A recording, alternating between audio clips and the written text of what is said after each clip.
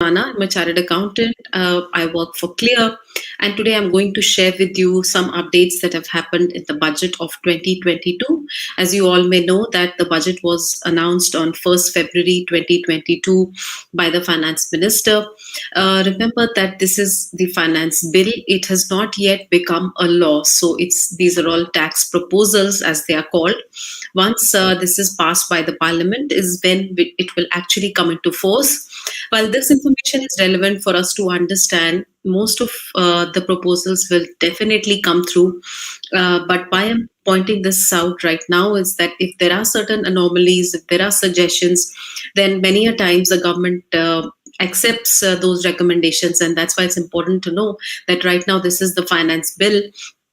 And in due course, it will be approved by the Parliament and it will become a law.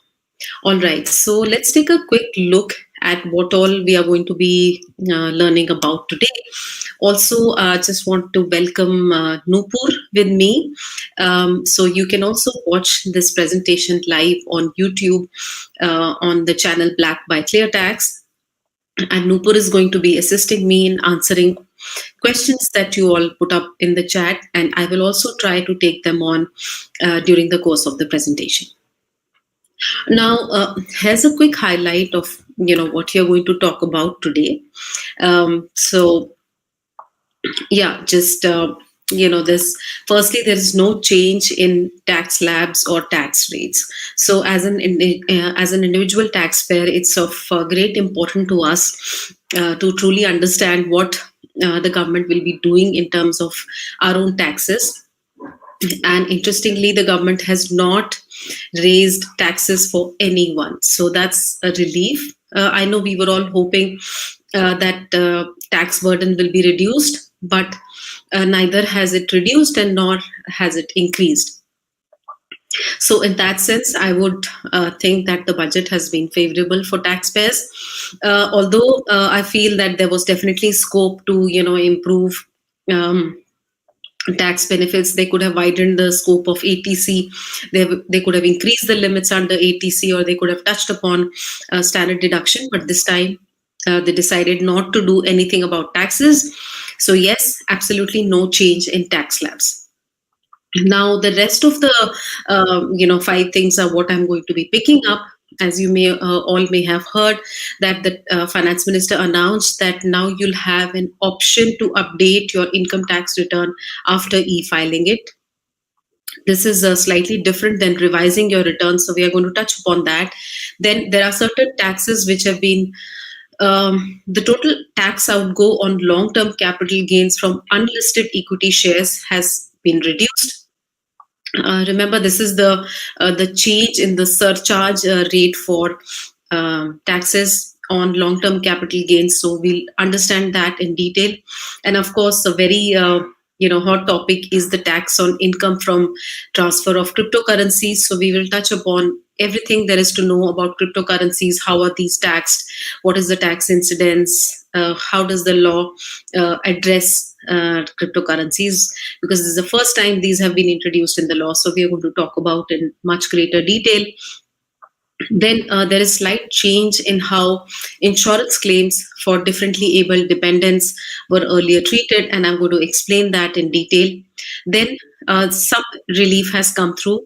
Taxpayers will now have some tax relief from COVID expenses and any kind of COVID compensation that they might have received. So broadly, this is the construct of our conversation today. So let's, understand all of this in more detail. Now, as you all may know, that there was a provision to revise your tax returns. Say you identified, a certain income that you failed to report or a certain deduction that you could not claim. Taxpayers had an option to revise a return that they had already filed, provided it had not been processed. Provided you have not verified it and it has not been processed, you could go and revise your tax return. That still stands, and the time period allowed for that was till December of the relevant assessment year. So what I mean is, say, for example, you're filing your tax return for financial year 21-22, which would normally fall due on 31st of July 2022. And you would be allowed some more time period. December of the year, so December 2022, 31st December 2022 was the date till which you could go ahead and revise it. So that still stands, but starting for the upcoming tax filings, you will have a slightly different frame to update your tax return. Now, let's understand, what does this updation mean? Now, taxpayers will be allowed to update their income tax returns 2 years after from the end of the relevant assessment year. So the assessment year relevant to the ongoing financial year 21-22 is 22-23, and taxpayers will have 2 years beyond 23. So which means they'll have the year 24 and the year 25 up till March to actually go ahead and update their return. But this is not actually, a kind of a facility that they have offered you. It's not a benefit. It's kind of very, very punitive. So what they have said is that taxpayers are only allowed to file an updated return when your tax liability is increasing. So you cannot file it, to create a refund or to increase your refund, to claim a loss or anything like that. You can only revise it when you have certain extra tax payable.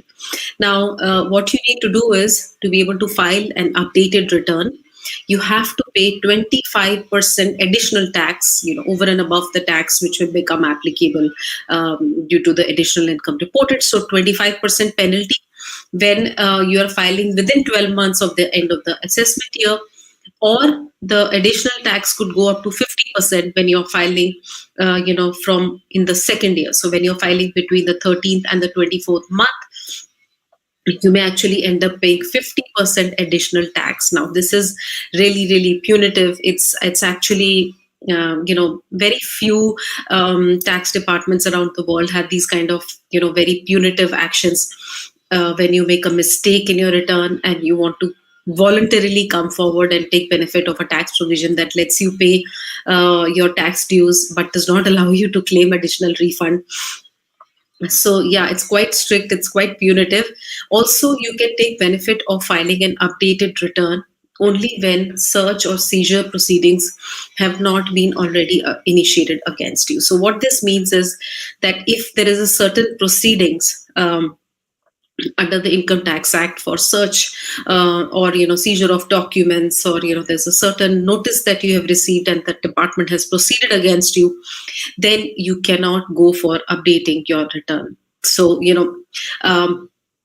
and this actually turns out to be very, very it's onerous, it's difficult to comply with. But some taxpayers, some experts are saying it's a facility where you can come forward voluntarily and pay your taxes, but it seems very, very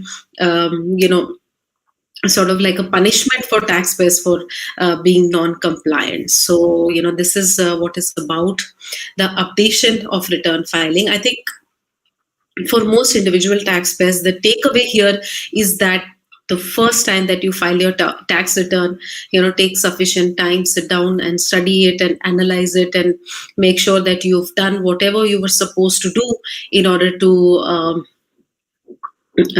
claim all the tax benefits and all the deductions that you wanted to, and do that in the first instance itself, and take it as that once you filed it, then if you decide to update it, then of course there are severe penalties that you might have to pay. So that's about updating your tax return that has been newly introduced. Now, coming to lower effective tax on long-term capital gains from unlisted equity shares. Now, the department has reduced surcharge. Now, before we talk about what has truly happened, let's first understand what surcharge actually is. So, surcharge is kind of an extra tax. It's a surcharge which is calculated on the tax that you're paying when you are in a high income bracket. So, those who are above 50 lakhs and in certain cases above 1 crore, 2 crore, they sort of face the surcharge. and it becomes applicable if your total income exceeds a certain threshold. Now, surcharge on long term capital gains from listed equity shares and equity mutual funds is already capped at 15%. So, if you are someone who is a high income earner and you have long term capital gains from listed equity shares and equity mutual funds, then not only you will pay the relevant tax, which is going to be 10% beyond rupees 1 lakh, you will pay an additional 15% surcharge if it crosses a certain high income threshold. Now, this surcharge was actually 25% for incomes from rupees 2 crore to rupees 5 crore, and it was 37% for those with income above rupees 5 crore. So mind you, this is not the tax rate, it is the surcharge on the tax, right? So if 100 rupees is your tax, then you pay additional 25 rupees as surcharge. So what they have done is they have reduced this surcharge rate and brought it to 15% for long-term capital gains which are earned from unlisted equity shares. Now, largely, this is going to benefit taxpayers, who are, who are founders and who have high incomes, who exit from their stock because their company might be unlisted. They are doing a fundraise and they take a certain exit, or angel investors who take exits when companies raise funds, is when this will come into play. So this is practically for very high income earners who will now face a slightly lower tax incidence. Effectively, this will reduce their tax, the total tax applicability from around 29% to roughly 24%. Coming to the hottest topic from budget 2022 is what all has happened on tax on income from transfer of cryptocurrencies. Now, cryptocurrencies have had a rough past, in the sense that there was a time when one could be jailed for holding cryptocurrencies, and there was a lawsuit which was ongoing, and the Supreme Court finally came out and said that, look, we can't totally ban cryptocurrencies, we need to regulate them. So there was something this is the background we had, and there has, in the recent past, there has been a lot of interest in Indian investors who are getting interested in investing in cryptocurrencies. So there are several traders, there are several investors who park their money in this, and we have been receiving a lot of queries, and people have been asking us how to pay taxes on cryptocurrencies. Now, unfortunately, nowhere in the Income Tax Act there was anything which was close to cryptocurrencies. So these were not included or defined in the Income Tax Act. But what the budget of 2022 has done is that it has included a term which is called virtual digital assets in under the Income Tax Act. Now, virtual digital assets will be anything which has a digital value. It's a token. It can be traded online. It has been generated from cryptographic means. So they've given a very wide and all-encompassing definition. But what they've also said is that the central government will have the power to either notify certain cryptocurrencies, which means they can specify that, okay, these are the currencies that we consider as cryptocurrencies, and these are the currencies that we don't accept as cryptocurrencies. So, so the law has given them power to notify or to denotify cryptocurrencies. Another interesting thing is that they have decided to levy a flat 30% tax on any income that arises from cryptocurrencies. Now, this is a very interesting rate of tax because so any of you who may have studied the tax law deeply would know that income from lotteries or income from horse racing, gambling, crosswords, these are all taxed at a flat rate of 30%. If you're somebody who's ever won, say has been to Kaun Banega Crorepati, and if you've had a winning there, even that is taxed at a flat rate of 30%. So cryptocurrencies, the tax rate has been kept similar. And what they have said is that the only deduction you're allowed is the cost of acquisition. So when you're calculating your gain, say for example, you have one Bitcoin which you purchased at 10 lakhs and you sold it at 12 lakhs. then you can reduce that 10 lakhs from the 12 lakh gain, and you have to pay 30% tax on rupees 2 lakhs. If you've incurred any expenses, in relation to making that purchase or that sale, those expenses are not allowed to be deducted. Also, interestingly, the way the law is worded right now, it appears that even no loss set off will be allowed. So what that means is that if you are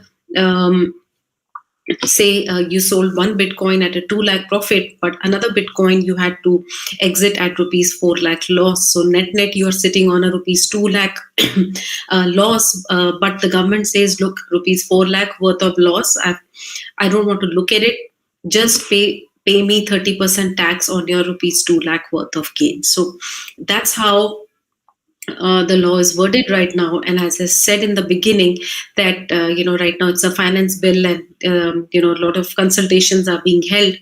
And let's say if the government comes around and reduces either the tax rate or allows you to claim a loss set off. So not only you are not allowed to claim losses, of cryptocurrencies, any loss that you have, you're not allowed to set it off from any other head of income, and also you're not allowed to carry it forward. So let's say if you have, for example, when you trade in equities or you have equity mutual funds, and when you have a loss position and you're not able to set off your loss entirely from that year's gain, you're allowed to carry it forward to future years, and in future years if you have any gains, you're allowed to set off that loss. That kind of an adjustment is not available for cryptocurrencies. So that's also, that's, they've taken a very very conservative view, and they want to tax it at flat 30% and not allow you any loss benefits. Also, there is a new provision which talks about TDS, which will be deducted before payment of consideration for transfer of cryptocurrencies. Now, this is a very interesting provision, and what it actually says is that anybody, so it does not specify whether the obligation of TDS is on the buyer or on the exchange, but it says if anybody is responsible for making a payment of consideration for transfer of cryptos or virtual digital assets, will have to deduct 1% TDS. Now, this is a very interesting provision because it will allow the government to sort of understand who are these taxpayers who are making these transactions, who are receiving funds for selling cryptocurrencies, because now there is a tax levy on any income that you generate. So essentially, just give me a moment, please.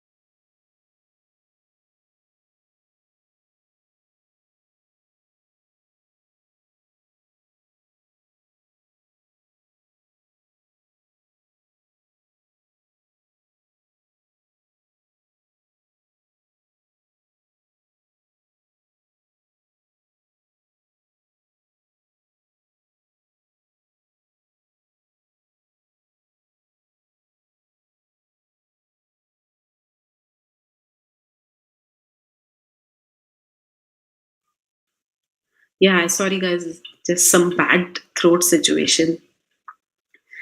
So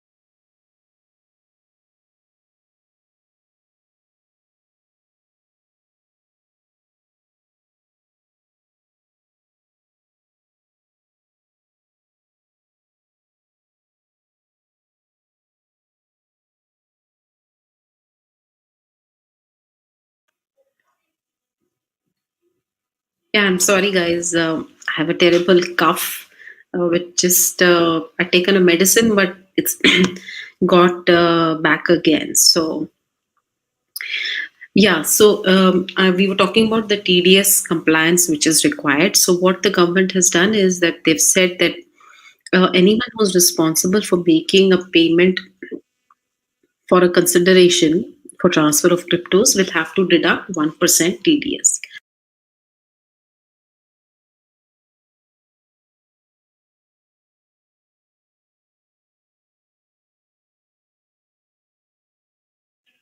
Now, it's not very clear from, you know,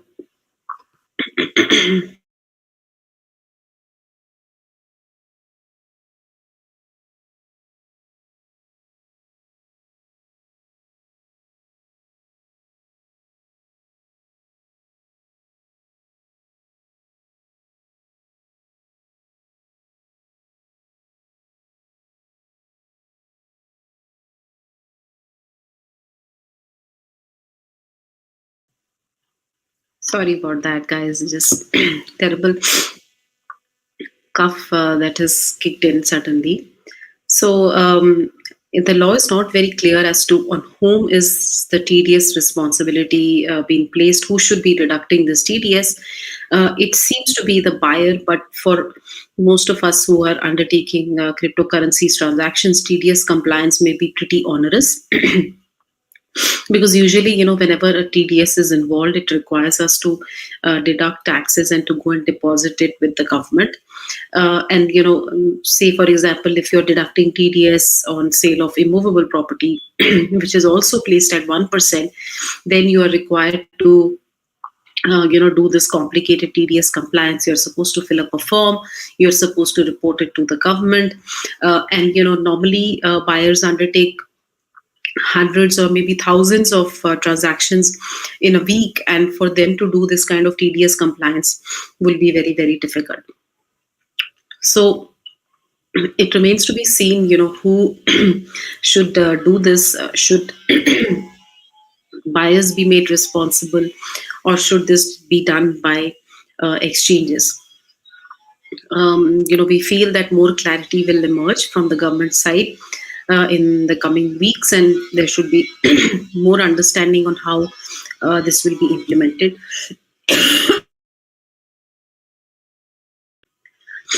So,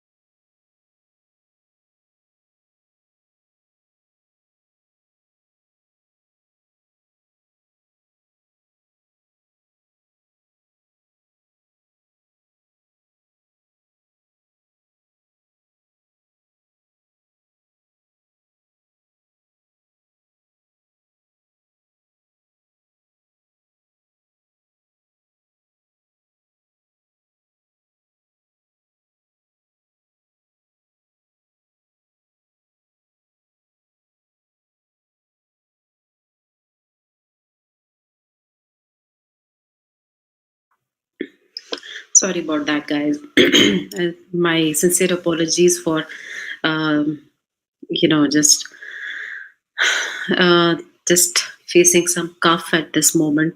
Also, no minimum exemption limit will be allowed against any income from cryptocurrency. So, as you all might be aware, that taxpayers are allowed to claim 2.5 lakhs of exempt income.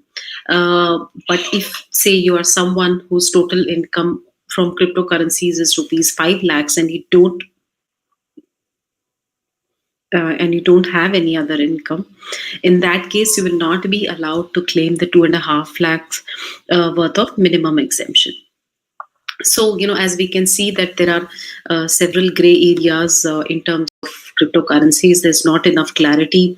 Also, crypto enthusiasts will relate with the fact that there are several kind of edge kind of transactions where you have staking, forking, you have P2P lending, there are wallet to wallet transfers that are allowed to be done.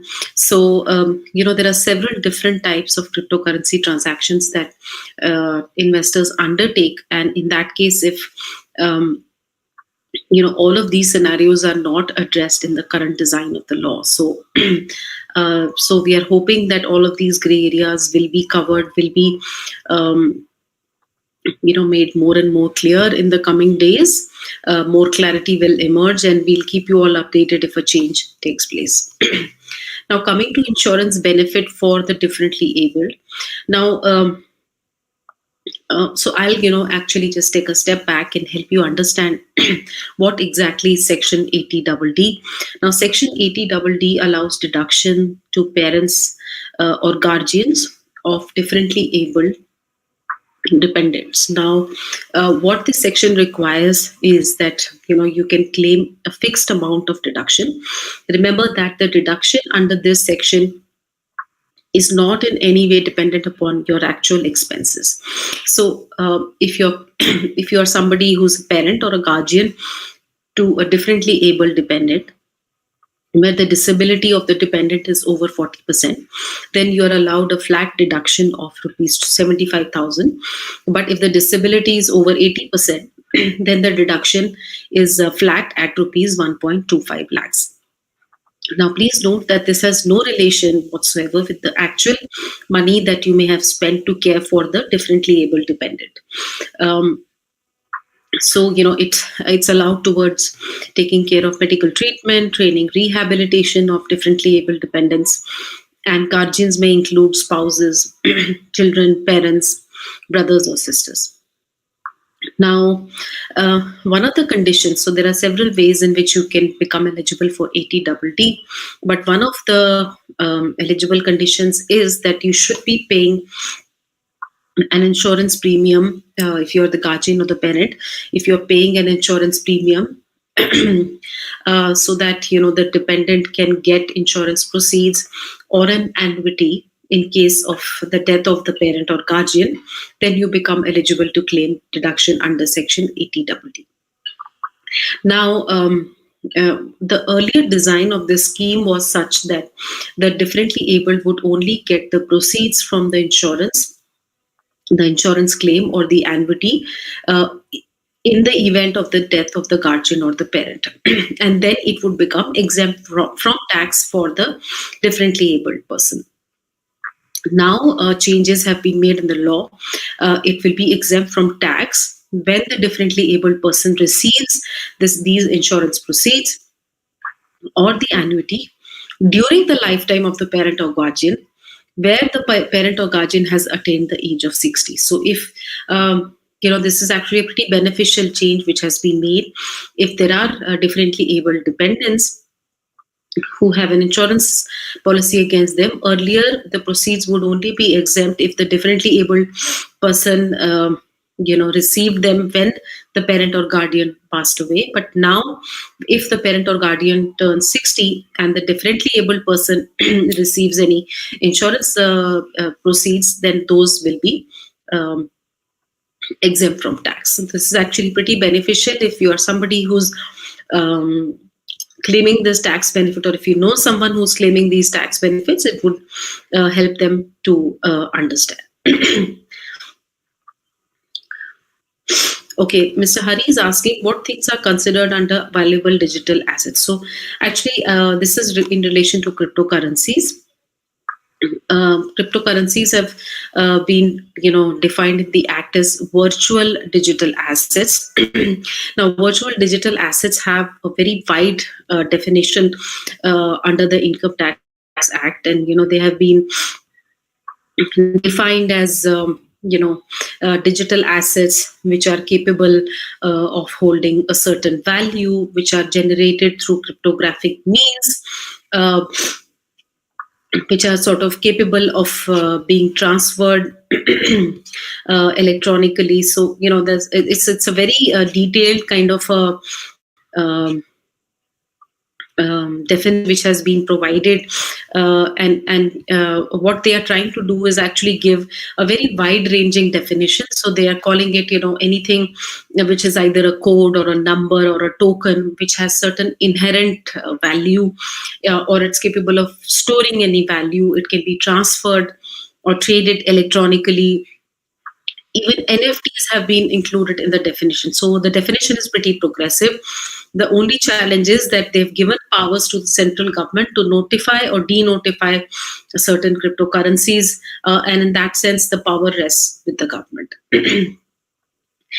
Coming to the next slide here, where we are going to be talking about COVID expenses and COVID compensation tax relief. Now, many taxpayers, when COVID happened, several taxpayers helped out friends and relatives by offering them expenses or crowdsourcing funds for their families, and the question arose whether such kind of a receipt would become taxable for the person receiving them. So certain changes have been made in the law effective 1st April 2020. If anyone receives any money towards expenses for COVID treatment or receives money as compensation on death of a person due to COVID, such a receipt will be exempt. However, the compensation should not exceed rupees 10 lakhs and it should be received within 12 months, right? So that's the condition. I feel that this time period of 12 months should be extended. It should be made 2 years or maybe perhaps even limitless, because certain employers have actually said that they would allow compensation or they'll pass on certain monetary benefits to dependents of an employee who died due to COVID until the retirement age of the employee. So, those kind of benefits have been announced. And actually, this kind of a receipt should be made exempt by whoever is receiving it for their entire lifetime. Now, if any COVID related hospital expenditure, if it has been reimbursed by the employer, or the employee has been treated for COVID in a hospital which is maintained by the employer, then those are not considered as perquisites under the Income Tax Act. Now, under the Income Tax Act, when an employee receives treatment in a hospital which is managed and run by the employer, then such a treatment is considered as a perquisite. And even though there is no cash outflow from your side, you have to pay tax on this benefit. Now, what they have done is they've removed this as a perquisite. So anybody who got treatment in a hospital maintained by their employers, they will not have to pay tax on such a sum. It will not be treated as a perquisite. Right. So I hope that has been helpful. Please do let me know if you have any questions, and we'll take it from there.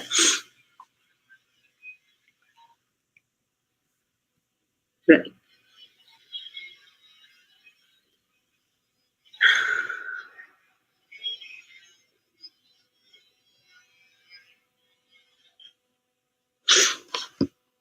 Yeah, please feel free to ask us any questions. As I said, there is no increase in tax rates or tax slabs for individual taxpayers, and we don't have to pay any additional taxes after this new budget.